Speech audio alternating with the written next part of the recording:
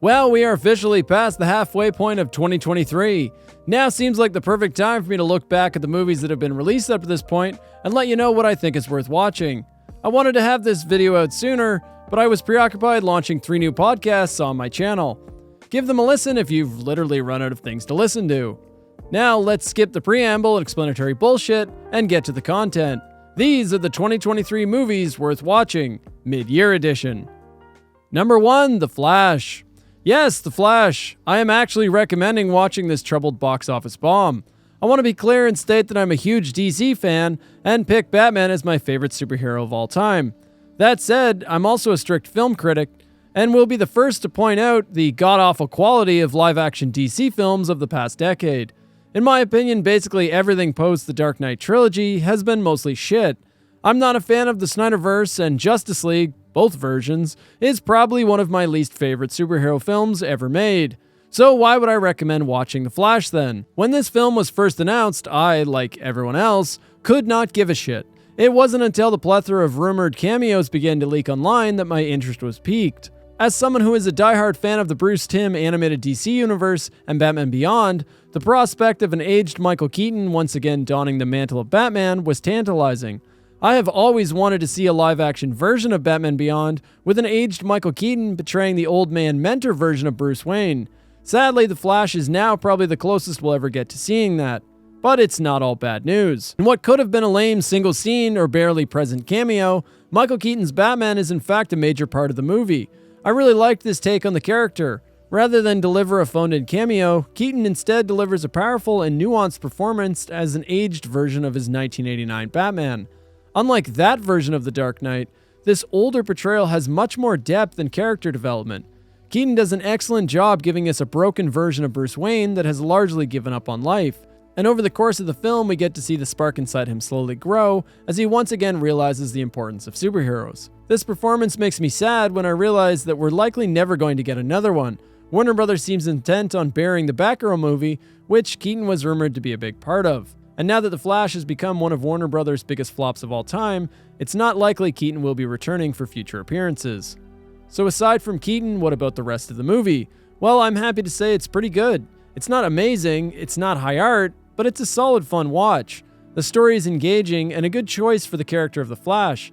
The basic plot is that Barry Allen has unlocked the ability to time travel using the power of the Speed Force. He uses this new ability to travel backwards in time to prevent the death of his mother and consequential incarceration of his father. The result is a branching timeline that alters every version of the popular DC heroes. Barry must work with a younger, immature alternate version of himself to try and restore the damage he has done to his own timeline. I'm always a fan of time travel shenanigans, and this is a fun one. Despite what you might think of the actor Ezra Miller's personal struggles, they deliver a solid performance here. Miller is tasked with portraying 2 very different versions of the same character and does a great job making you believe these are 2 completely different people. Miller is also tasked with handling some very serious subject matter and effectively steps into a dramatic role when necessary. Overall, I think everyone's acting here is good, but only Miller and Keaton are really given much substance to work with. Another thing I want to praise the film for is its overall tone. One of the biggest issues I had with the Snyderverse was its needlessly gritty and dark portrayal of every hero. While those films felt dull and dreary with humor awkwardly injected in, The Flash is a much more lighthearted and funny story. It feels like the movie takes place in an alternate version of a Snyderverse film that feels more alive and vibrant, and that's exactly what it is. To this film's detriment, however, is surprisingly bad CGI for a movie with such a large budget. Mostly the CGI is well done, including some excellent speedster sequences with the Flash, but there's lots of shots that downright look terrible, including when the Flash is traveling through time. This also leads to the movie's biggest problem, which is a very muddy and messy third act. It feels like they didn't quite know how to end this one, and a bunch of shit just kind of happens all at once. The climax doesn't feel particularly rewarding, and there's not much resolution here. It's also this third act which features the majority of those crazy cameos rumored to be in the movie. Without spoiling exactly who is featured, they do use CGI to portray actors who have since passed away. Personally, I saw this as more of a tribute to the legacy of their versions of these characters, but I know many have viewed this as shameless exploitation. If you actually liked the Zack Snyder DC films, you will most likely love The Flash. But even if you don't, if you like superhero movies in general, give The Flash a chance. It surprised me how much I actually enjoyed watching this movie, and I don't think I'm alone as the movie garnered some pretty strong critical reception upon initial release. Don't let the headlines about this movie being a big box office disaster dissuade you. Give The Flash a chance and see what you think. Number 2, John Wick 4. This one is kind of an easy recommendation, although my personal feelings about this film might surprise you.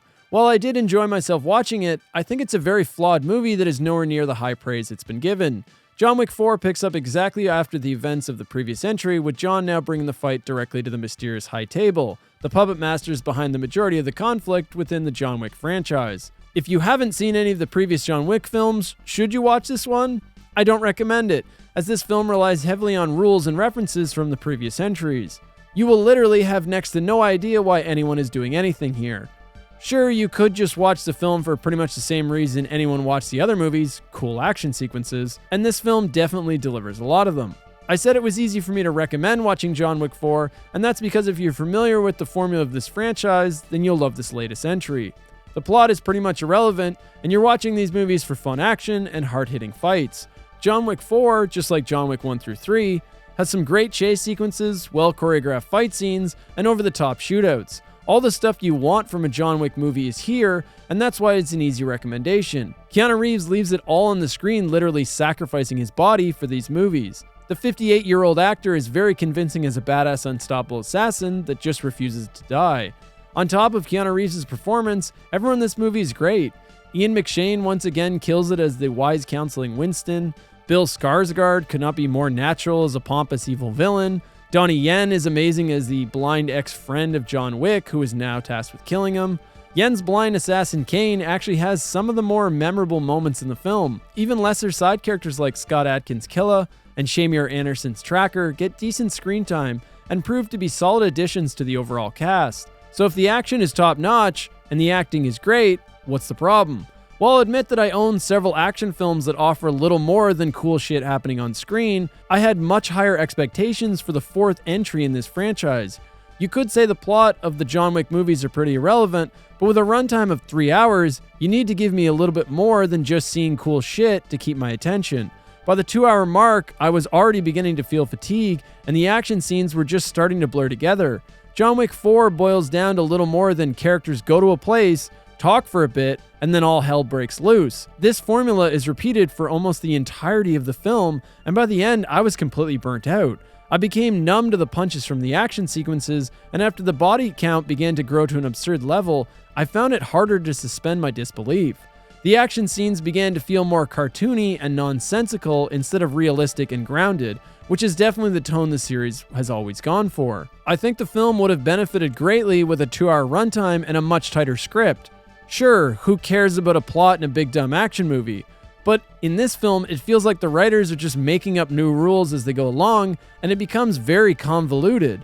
By this point, I'm pretty sure you'd have to watch a video essay explaining all the rules and intricacies of the John Wick universe. If you're going to aim for world building and a larger universe that extends outside your movies, then you need to do a better job presenting and explaining said universe. That said, if you like big dumb action movies done well, then definitely give the John Wick films a watch. If you haven't already watched 1 to 3, then start from the first film and work your way up to 4. And if you've seen 1 to 3, then you're definitely going to like 4 and probably disagree with everything I criticized about it. Number 3, Evil Dead Rise. Holy shit, did this movie exceed my expectations. I'm pretty skeptical when it comes to reboots and legacy sequels of older film franchises. How exactly do you intend to recapture the lightning in a bottle that made the original work so great? But every once in a while, I'm proven wrong and we get something like Evil Dead Rise. The basic plot follows 3 children, their mother, and their aunt trying to survive while trapped in an apartment where the Necronomicon Ex Mortis, aka Book of the Dead, has been unleashed. The Necronomicon turns residents of the apartment into flesh-possessing demons that terrorize the family. Like in any Evil Dead film, the demons are nigh unkillable, terrifying, and the gore and violence is cranked up to 11. The basic plot turns into one of my favorite types of films, people stuck in a terrible situation forced to figure a way out. This simple premise works very well in the setting of a cheap apartment complex. The apartment gives the film its own unique identity that helps to separate it from the previous films in the franchise. The central protagonist, Beth, is played by Lily Sullivan. Beth is the sister of Ellie, mother of the 3 children in the film. As a main character, Beth is easy to root for. She's a strong, well-written female protagonist that does her best to adapt to the horrifying situation while maturing over the course of the film. While not as good as the iconic Ash Williams, Beth stands as a great new character in this franchise, and Lily Sullivan's performance shows real depth. I think the MVP for acting here, however, has to go to Alyssa Sutherland. Sutherland's character, Ellie, the mother of the three, is the first victim to be possessed by the Necronomicon and turned into a Deadite. I'm not really spoiling anything here, as it's in the trailer and on the poster. Sutherland plays one of the most terrifying and fun Deadites of the franchise to date. Her menacing grin and horrifying performance is a delight to watch as she terrorizes the rest of her family throughout the film. And speaking of the rest of the family, the three child actors here do a fantastic job of not being annoying and holding back the movie. Generally, children suck in these type of movies, and I'm glad to see these child actors buck the trend. Evil Dead Rise's pace is kept at a steady clip, and the tension remains cranked up for almost the entirety of the movie with few moments to catch your breath. This quick pace helps to keep the energy up and your eyes glued to the screen. The practical effects on display here are fantastic, with very minimal reliance on CGI. The kills are creative, with many potentially making you look away out of disgust, and the climax of this film not only delivers a fun ending, it also adds a new element to the lore of the franchise. While Evil Dead Rise is technically a reboot, it's also kind of a sequel of sorts. The tone of Evil Dead Rise is more serious and not campy at all, resembling the original Evil Dead and the 2013 version closer than the other goofier entries in the series. Without giving away any spoilers, there are elements of this film that tie it directly to both the original run of Sam Raimi films and the 2013 Evil Dead reboot. Functionally, this movie could exist in the same universe as those other films, and that's an exciting prospect that I hope comes to fruition. I really only have a few complaints about this film. One, it definitely left me wanting a bit more. While that sounds like a good thing, I think a large budget would have benefited this movie. While I have nothing wrong with single location movies, Evil Dead Rise's apartment complex feels a bit empty. I would have liked a few more characters and some action on more floors other than the primary two used in the movie. My second complaint is I don't think the film's protagonists quite get enough time for their eventual hero moment. It would have been nice if the badass protagonist switch got flipped a bit earlier, and we got to see the main characters go from helpless victims to ass-kicking heroes a bit sooner. So if you like Evil Dead, or you like over-the-top gory horror films, definitely check out Evil Dead Rise. Viewings of previous entry in the series are not necessary, as this film works perfectly fine as a standalone entry. And if you liked the 2013 Evil Dead remake, then you will absolutely love this movie. Number 4, Big George Foreman. I think I might have been one of the only people who actually went and saw this movie, as I've heard almost no one mention it.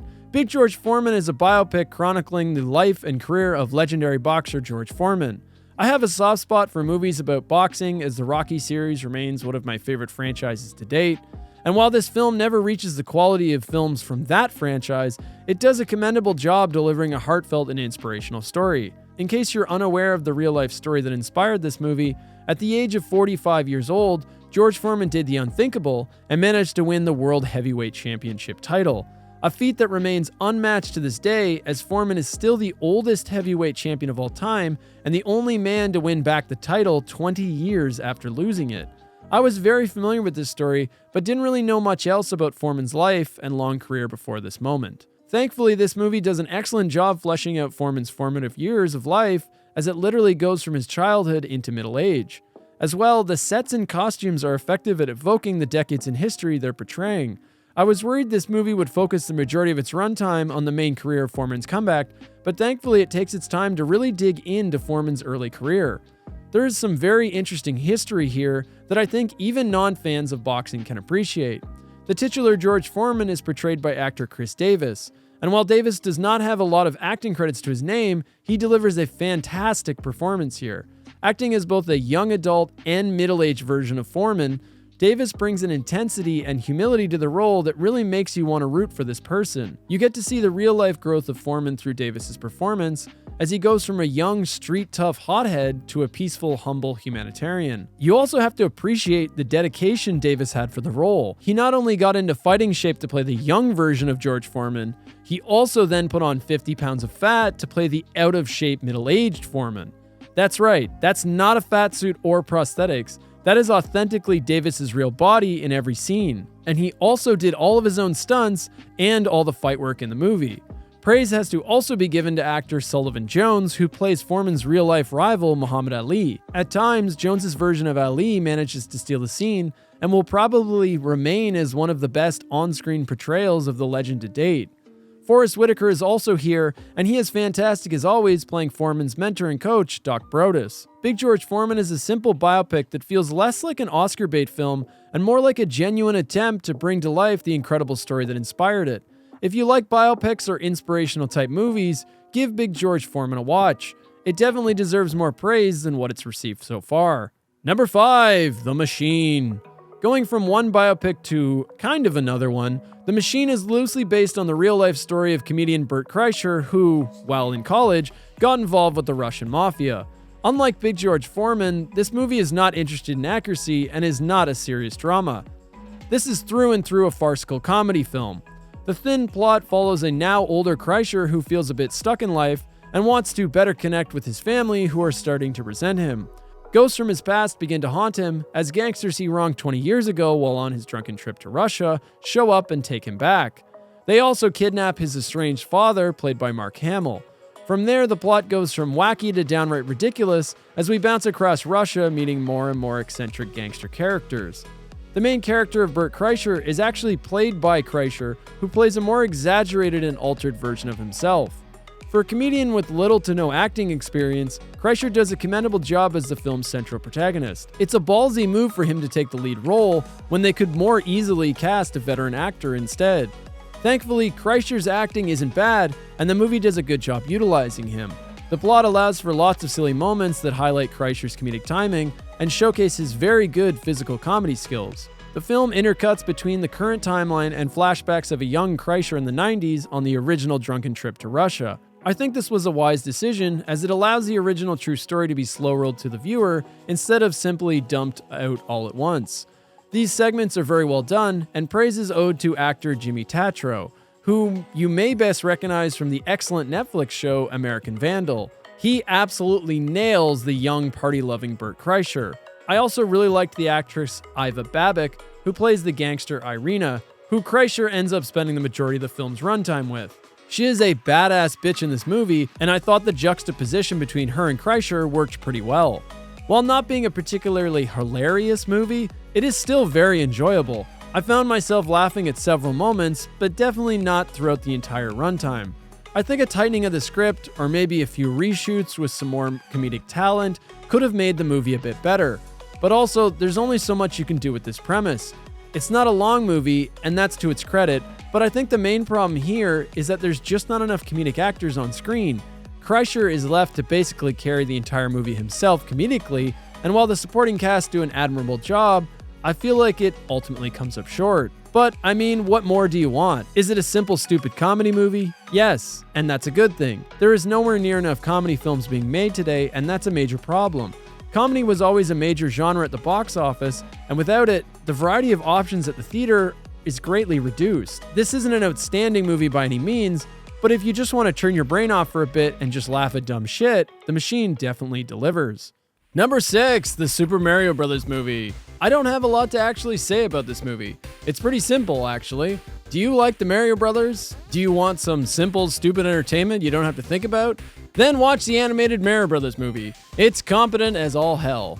It looks fantastic, and it's pretty much exactly what you'd imagine an animated Mario Brothers movie to be. This is definitely a simple kids movie, and don't go in with high critical expectations. The plot is paper thin and bounces all over the place. While the voice actors are all fine, no one particularly stands out to me. Yes, even Jack Black as Bowser. I think the film is just way too safe. It feels so safe at times, it often felt like I was just watching cutscenes from a Mario Bros. Video game.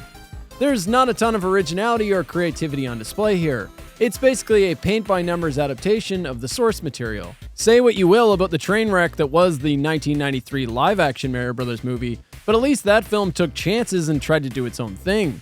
Probably the biggest sin this movie commits is what I've started to call the pop culture soundtrack. This is a horrible new trend in Hollywood where the majority of a film's soundtrack is filled with obvious and overly played popular songs instead of its own original score. Thunderstruck and Mr. Blue Sky in a Mario Brothers movie, huh? Kiss my ass. You literally had decades of phenomenal video game music to pull from. There was absolutely no need to insert pop songs anywhere in this movie. And while it sounds like I'm shitting on this movie pretty hard, I am still recommending it. It's very competent, it just never does or tries to elevate itself to anything above that. It's an inoffensive animated Mario Brothers movie that will delight kids and put a smile on your face if you have any nostalgia for the source material. Number 7, Renfield. When I first heard about this movie, I could not have cared less. The elevator pitch is basically, it's modern day and Nicolas Cage plays Dracula. End of pitch. It seemed to me there wouldn't be much substance to work with, and it looked like yet another attempt to cash in on whatever credit is left from Nicolas Cage's name. I went in with zero expectations and was pleasantly surprised that A, the movie was entertaining, and B, it was pretty funny. The plot follows Dracula's depressed henchman Renfield, who after centuries of service begins to feel guilt and regret about his allegiance to the Dark Prince. Dracula is abusive and dismissive to his underling, which pushes Renfield into a literal recovery group for people in abusive relationships. It's here that Renfield begins to grow as a person and wish for a life for himself outside his master's control. Along the way, he encounters a powerful gang organization, corrupt officials, and a love interest in the form of a female police officer. The idea of a movie centered on Dracula's henchman Renfield instead of the titular character himself is a refreshing idea that could have easily been wasted. This movie does a good job building on this premise and really humanizes and develops the Renfield character. I think the idea of Dracula and Renfield portrayed as a kind of married couple stuck in a toxic relationship is a fun idea. Nicholas Hoult does a great job playing Renfield and bringing the tortured servant to life. He makes you feel sad for him and at the same time root for him when he starts kicking ass. That's also one of the biggest additions this movie adds to the Dracula mythos. In this version of Dracula, a portion of his powers are passed down to his underlings, which are activated by the consumption of bugs. This effectively gives Renfield temporary superhuman abilities, turning him into a type of anti-hero of sorts. There are plenty of action sequences that showcase these abilities, and they are some of the most standout and entertaining moments in the runtime. The choreography and visual effects are reminiscent of the Deadpool movies, with their over-the-top gore and violence. In fact, Deadpool may be a great comparison to this movie. It's overly comedic, doesn't take itself too seriously, and the violence is cranked way up. I've never been a huge Nicolas Cage fan, but he definitely won me over with his turn as the Dark Lord. Cage steals the show in almost every scene his Dracula is on screen. The prosthetics and makeup are fantastic and create a very striking version of Dracula. The chemistry between Cage and Hoult is also very good and fun to watch when they share scenes together. I do think the plot gets a little too zany by the third act, but it fits with this type of screwball comedy. I was also not a fan with how the plot resolves, but I'm very picky with endings. Without getting into any spoilers, I think they could have resolved the conflict between Dracula and Renfield in a more satisfying way. I also did not really believe the relationship between Awkwafina's character Rebecca and Renfield. The chemistry between the two actors was pretty stiff and didn't read as genuine. Perhaps Renfield didn't even need a love interest in the first place, and I'm also not going to fault Awkwafina's performance, as she's perfectly fine. So if you like super violent and cartoony action like Deadpool, give Renfield a watch. It's not amazing, but it certainly exceeded my expectations. Number 8, Creed 3. As I mentioned earlier in this video, I am a huge fan of the Rocky franchise. While I was initially hesitant, the Creed movies definitely managed to inevitably win me over. And while I think Creed 2 was nowhere near as good as the first Creed film, it was still very entertaining and a great addition to the Rocky franchise. So it's safe to say that I was greatly anticipating this third entry in the Creed series. Rocky 3 happens to be my favorite entry in those films, and I had high hopes that Creed 3 may also be the best entry in its respective series. When it was initially announced, I, like so many others, wondered if this third entry may follow the formula from Creed 2 and introduce another offspring from a previous rival of Rocky's, namely, the son of Clubber Lang, Mr. T's terrifying antagonist from Rocky 3. This ultimately proved to not be the case. The plot of Creed 3 follows a retirement-ready Adonis who bumps into a childhood friend from his troubled youth named Damien. Damien, who was just released from prison, slowly works his way into Adonis's life. The relationship between the two men slowly begins to unravel, and Damien reveals a deep-seated resentment towards his former friend and ambitions that put the two into direct conflict. Once again, Adonis is forced to settle his affairs in the ring, this time with the boxing prodigy Damien. Damien is played to perfection by actor Jonathan Majors, who creates one of the most menacing antagonists in the entirety of the Rocky franchise.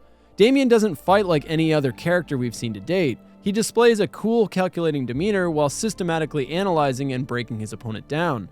Damien implements a type of dirty boxing that's borderline legal and allows him to leverage every advantage against his opponents. Jonathan Majors is so good in this role, it's worth seeing just for his performance and fight scenes alone. He brings real depth to what could have been a pretty one-note villain. Damian Anderson is a tortured soul who tries to hide his insecurity by overcompensating with bravado and arrogance. On top of Majors, really every actor nails their role in this film. When I heard Sylvester Stallone would be sitting out this time and not be in the movie, I was concerned as his presence had been a major part of the previous two Creed films.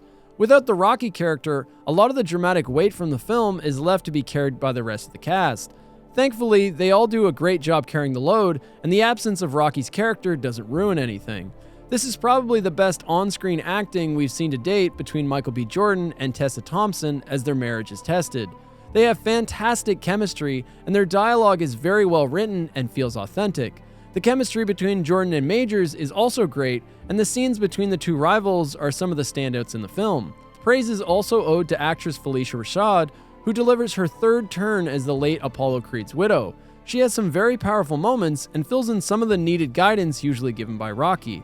One of the biggest draws for a boxing movie is its fight scenes, and this is actually where I have an issue. There are two fantastic fights in this film, including the initial rematch between Adonis and Pretty Ricky Conlan from Creed 1, and Damien's initial fight against Felix Chavez. Both these fights are well choreographed, and the cinematography is great. My issue is specifically with the final fight between Adonis and Damien. Instead of being filmed as a more traditional boxing match, the film opts to do a more stylistic version with imagery that is not actually present. I think this stylized approach is a detriment to the impact of the fight, and while it does attempt to do something new that none of the previous Rocky films did, I would have much preferred a more grounded version. I also think the training montage for this film was a bit weak. One of the biggest staples of the Rocky franchise is the epic training montage of each film, and while Creed 1 and 2 both had phenomenal sequences, I think Creed 3 had a weaker edition. However, the new training song composed by artist Joseph Shirley is very good, and I have already added it to my workout playlist.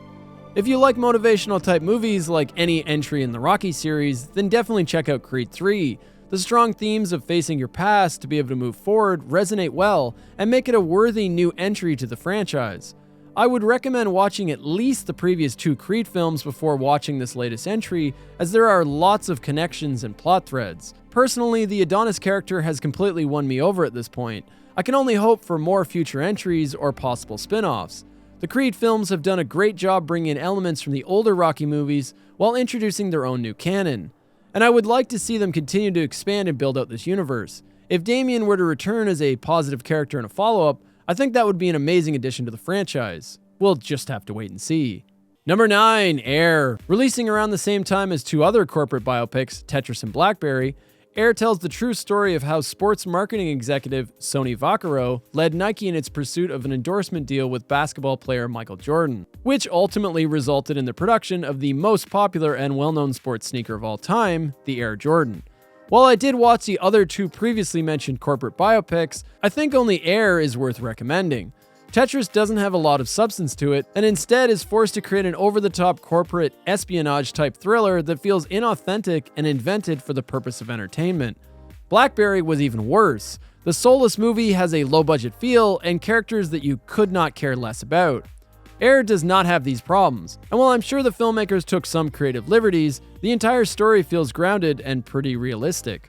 It provides a fascinating view into the world of branding, sports merchandise, and endorsements that you can appreciate even if you don't care about sports, Nike, or Michael Jordan. The main protagonists are played by Matt Damon, Ben Affleck, who also directed the movie, Jason Bateman, and Chris Tucker. All of them do a great job playing likable characters that feel like genuine real people. They aren't corporate dickheads, and they humanize them to the point where Nike feels like the underdog in this story. When you can make a multi-billion-dollar mega corporation feel like the little guy in your movie, you're doing something right. Their struggles somehow feel relatable, and it's not long before you find yourself rooting for these characters. Matt Damon in particular does an excellent job playing the central character Sonny. His performance reminds me a lot of Brad Pitt's role in Moneyball. Both men are dissatisfied with their careers and try desperately to reshape the business around them. This puts them at odds with their peers and forces them to risk everything on a new venture. Damon comes across as a hardworking hustler, and his never say never attitude is infectious to watch. There is a surprising amount of story to mine here, and it keeps your interest throughout the entirety of the runtime. Air has a fun tone that, unlike Blackberry, puts a smile on your face and creates some genuine laughs owed to the talent involved here. My biggest issue is with the film's third act, which heavily centers on Michael Jordan's mother, Dolores, played by Viola Davis. From what I read, Jordan's mother was involved in many of his endorsement and business deals, but I don't believe it was anywhere near the extent to which this film portrays. Air would have you believe that Dolores Jordan basically set up and negotiated the entirety of Michael's deal with Nike. I think the reason for this decision is due to another major issue I have with the movie. For a film that centers around one of the most famous sports celebrity endorsements of all time, said celebrity is almost entirely absent from this movie. I've read that the filmmakers were worried about having an actor portray someone as recognizable and iconic as Michael Jordan. As such, they made the decision to obscure Michael's face in almost every scene he's in and have him speak almost 0 lines of dialogue. This makes James and Dolores Jordan do all of the talking for their son in the scenes where the entire family is present, consequently making Michael come across as an entitled little shit. I get that it's a daunting task casting someone to play such an iconic figure, but that's your job. Find the right person, hire them, and give them some goddamn dialogue. Not having Michael Jordan as a real character in this movie is a major issue, and his absence is impossible to ignore. Still, if you like movies like Moneyball or The Founder, give Air a watch. It's a corporate biopic that has an actual interesting story to tell. It's well executed and way better than it has any right to be. Number 10, Megan. Releasing on January 6th this year, Megan is just barely a 2023 movie, but what a fun movie it is. When I initially saw the marketing material for this film, I was concerned that it would end up being little more than a lame attempt to recapture the magic of the Chucky franchise. The premise treads very similar ground as Child's Play. It follows a roboticist named Gemma, played by Allison Williams, who gifts an artificially intelligent doll named Megan to her newly orphaned niece Katie. The doll's attachment to Katie grows to an unhealthy level and begins producing some terrifying results. While it is a killer doll movie, it's actually more of a killer robot movie, making it much closer to the underrated 2019 version of Child's Play than the 1988 original. I'm always a fan of technology gone wrong stories, and Megan does a great job building its own identity. While it has a lot of the same beats as Child's Play, the way it's presented is completely different. Unlike Chucky, Megan actually cares for her child owner Katie too much, to the point of overly protecting her. The design of the killer robot Megan is fantastic, with some really impressive animatronic and visual effects at work here. Megan's look is imbued with an uncanny valley quality owed mostly to her piercing unnatural eyes. The shots with a practical Megan doll look outstanding, and the filmmakers use CGI sparingly. For the sequences where the doll has to move around, they smartly hired the child actress Amy Donald. Donald does some fantastic movement work here that gives Megan a fluidity to her body that appears almost inhuman. This is probably best exemplified in the now viral scene where Megan dances. The filmmakers have definitely succeeded in creating a worthy new addition to the Hall of Horror movie monsters. The plot, while simple, is effective and makes for a fun watch. As Megan slowly becomes more and more obsessive about her child owner Katie, she begins neutralizing what she sees as threats in some chaotic and fun moments. The kills aren't super creative, and there isn't a ton of gore on display here, but I don't think this film really needed it. Unlike Evil Dead Rise and Renfield, where the over-the-top gore is kind of the point, Megan doesn't need a high level of violence to still be good. Megan's theme of parental responsibility in the age of technology is very effective and helps to elevate it much higher than a run-of-the-mill slasher flick. The relationship between Katie and her pseudo-adopted mother Gemma is well developed, and we see genuine character growth in both by the end of the film. I'm also happy to report that Katie is not an annoying child character, and praise is owed to actress Violet McGraw for making her likable. Without spoiling too much, I thought the film had a very satisfying conclusion that still left the door open for a potential sequel that I really hope comes to fruition. If you like the Child's Play movies or just want to watch a simple horror movie done right, give Megan a watch. Number 11, A Man Named Otto. Are you in the need of a good cry? Well then, Tom Hanks can certainly help you with that in his latest film, A Man Named Otto. Hanks plays the titular character Otto, a grumpy old man whose incessant desire to maintain rules and standards makes him an unlikable figure in the community. Otto is a man who's given up on life following the loss of his wife and wants to end it all, but when a young family moves in across the street, he slowly begins to open up and embrace the life he still has left before him. A Man Named Otto is definitely a serious traumatic movie that will bring you to tears as often as it makes you smile. The central themes of grief, depression, and moving forward after losing a loved one resonate really well here. Hanks is top tier as always, delivering a different kind of performance than you might be used to. Instead of a happy-go-lucky, positive character, Hanks's Otto is the polar opposite, often barking at or talking down to everyone around him. He reminded me a lot of Carl from the Pixar animated movie Up. Otto feels like a very believable person, and Hanks does a great job adding little tics and mannerisms to bring the character to life. Acting opposite to Hanks for the majority of the film is actress Mariana Trevino, who plays the matriarch of Otto's new neighbors. The scenes with Hanks and Trevino are some of the highlights from the film as they play off each other perfectly. The film implements flashback sequences throughout its runtime to slow roll the love story of Otto and his now deceased wife. These scenes are very well done and both help to humanize this grumpy old man and keep you engaged through the whole movie. There are some particularly creative transitions and effects during these sequences that elevate the film's style and cinematography. I actually don't want to spoil a ton here, as I think it's a really heartwarming story to be enjoyed. The ending in particular is very satisfying and leaves you with a positive feeling overall. It's a great story that's shot well with strong performances by everyone, including minor characters.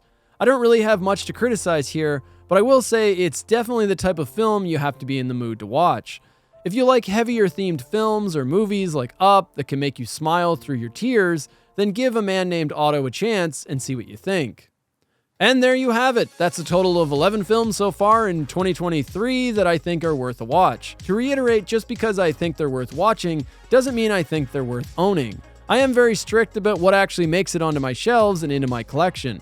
These videos are not meant to make that distinction, but instead to offer more of a helpful guide to highlight what I feel are standouts amongst all the bullshit out there. Ultimately, you have to decide for yourself what is just worth watching and what is worth owning. Please comment with any other picks you'd recommend or think I missed. Remember, just because something wasn't in my video doesn't mean I didn't watch it. It could just mean I didn't like it. And thank you for watching this video. If you enjoyed the content, look forward to future videos in this series, including my summer, fall, and winter TV show recommendations, and of course my end of year movie picks, which will cover the later half of 2023. That's all for now.